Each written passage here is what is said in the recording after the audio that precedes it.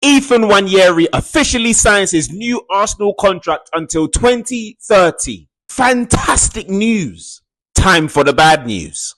As reported this morning by Sammy Mockbell, one big star must leave Arsenal this transfer window, January transfer window, or next summer to balance the books. Are we not tired of this? It's time to balance our book by winning trophies, the Premier League, Champions League, FA Cup, Carabao Cup. That's how you balance your books. Bringing in revenue by winning competitions, which brings more fans, which brings more money. And the only way you don't worry about a big star leaving this window, January or next summer, is by getting this transfer window correct. So go and get Eze and get our attacking midfield sealed. You bring in Rodrigo as our left winger killer, and go get me this Premier League so another big star doesn't need to leave.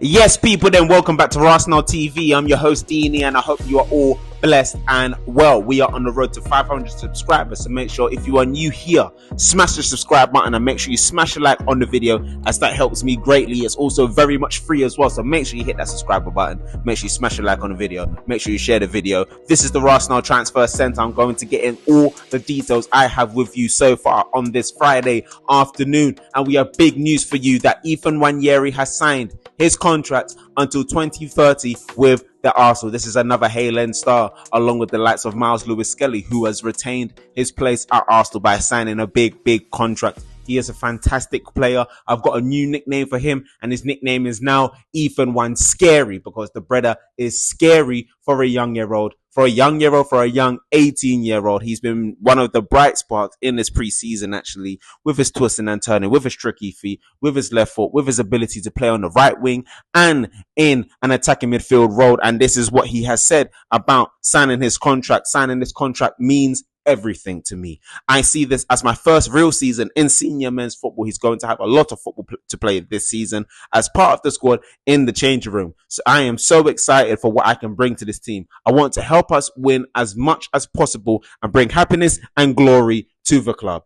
This is where I feel at home. We know that also Chelsea were looking at potentially getting Ethan Nwaneri and getting him to a new deal when we were in talks to sign Madueke. Arsenal brushed that aside. This was also reported months ago by Steve K that 5 of Arsenal's biggest stars will sign contracts. Ethan Nwaneri, Miles Lewis-Skelly, Gabriel, Saka, and Saliba. The only 2 that haven't signed out of those 5 is now Saka and Saliba. And this goes into what I was speaking about earlier, about one potential player could be leaving.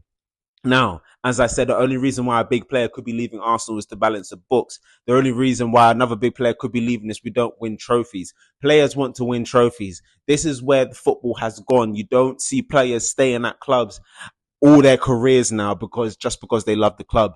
They want a legacy. They want memories, good memories, lifting things to look back on. Now, Saka and Saliba have not signed their contracts as of yet. Do we need to worry about them leaving? As I said, Steve K did report a few months ago that these players are set to sign their contracts. We know Saliba reiterated a few weeks ago that he wants to sign with the grace of God, that he wants to stay at Arsenal and sign a new contract. And it's been reported that those talks are still continuing on. Saka's contract probably will be the last one to get done, and I'm hoping that's the last one to get done of this summer transfer window. Retention is absolutely key, but the only way you retain these players even more just by, other than signing contracts and just winning big matches in leagues, you win trophies. Now, who are the players that can help us win trophies? And that is definitely Rodrigo of Real Madrid. Now, Arsenal did want to get him on a permanent deal this summer, and as I reported yesterday, a loan deal seems the more likely option with an obligation to buy. That is the most likely scenario that we get a Rodrigo for that left-hand side. We know Rodrigo wants to play on that left-hand side. We know his best position is on the left-hand side, and we know that his time at Real Madrid in terms of playing time is limited with the big players that are already there and the signings that they have made. Now, Arsenal do need to offload at the same time too, and this will come in the form of Leandro Trossard. Now, it's been reported this morning again by Sammy Mokbel that obviously Arsenal have looked at his possibility of leaving, not wanting to offer him a pay increase on his new contract that they are willing to offer him. Trossard wants more money. This seems like the most likely left winger to leave Arsenal at this moment in time, as Arsenal do not want to necessarily sell Martinelli because of the fact that they can't get the market value or the money they feel for Gabriel Martinelli, as he didn't have his best season last season. They're wanting to keep Martinelli potentially for another season, maybe raise his value, see how it does, then potentially sell him next summer. Now, Martinelli is a big player in this squad.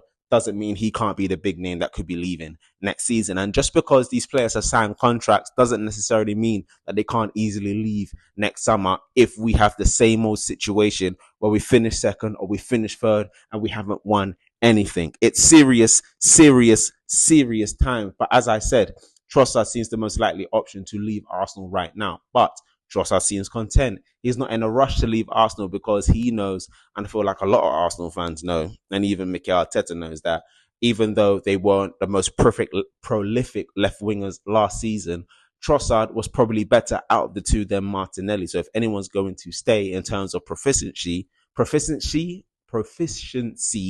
on the pitch, it's probably going to be Trossard, and he's probably going to be utilized more than Martinelli. Martinelli, obviously, we know is more raw pace, doesn't have as much trickery. You know what's crazy? It seems Trossard probably has more about him to get around players than it seems like Martinelli would, and you think that Martinelli would be the much more skillful of the two. But it looks like Martinelli is set to stay for another season. Now, it was also reported this morning by Sammy Mokbel that the move for Eberechi Eze seems unlikely, but this is where it confuses me, because he also went on to say that Arsenal will need to sell a Trossard and maybe another to fund the Eze move, but the move for Rodrigo costs more than Eze, even though it will be a loan. So that's where I'm a bit confused, because I think Arsenal do have the money. It's just a thing of bodies. We do have a lot of players on our books. That is not a joke. And someone is going to have to go. We already know the players that we want to go.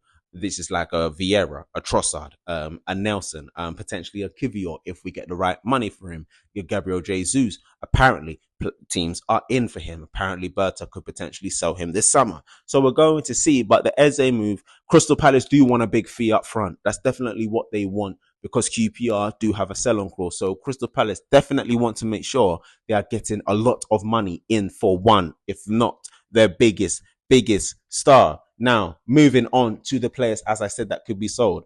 Zinchenko, Gabriel Jesus. Now, these are the players where Arsenal could absolutely raise funds, but these players seem to be very, very much happy in London. Families are happily in London. Doesn't mean that they don't necessarily move to another club that's in London. Zinchenko has been reportedly linked to a move to Fulham. Could Gabriel Jesus find a home in London? Could we see a Gabriel Jesus at a Crystal Palace, or Fulham, or Brentford? I don't think so. I mean, he will get the minutes. He would definitely be a starter for the team, but I don't think moves to those clubs would necessarily interest him at this time. Also, on Anthony Gordon, potentially for the left wing, it was also reported this morning that there is no chance to sign Anthony Gordon if Liverpool sign Isak, which absolutely makes sense. Newcastle are not going to let two of their biggest stars go this summer, with the fact that they've been rejected by so many players. Also, good news on the Newcastle front that they may be signing Yona Wissa, because Yona Wissa is now definitely pushing for that Newcastle move.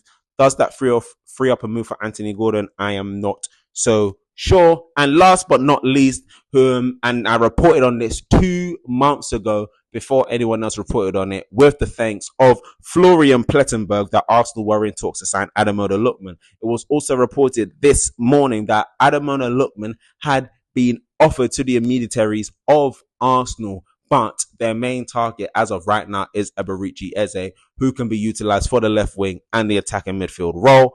But I believe Eze will be utilized as more of an attacking midfielder role than a left winger. This is why the Rodrigo option is still open, in my opinion. There's been a lot that I have said today, so people, let me know what you think of that in below. Arsenal need to get a move on, because our rivals are strengthening.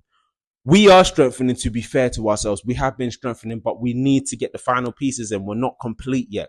We need something else in that midfield. Eze is that something else. Rodrigo is that on the left wing. If we sign a look one, I wouldn't mind, but I'd want Rodrigo first. There's options there. There's Leao there. There are options there for us to sort out that left-hand side and to get someone else in that midfield to help out Odegaard, to supply balls to Gyökeres, Martinelli, Saka, whoever it is playing.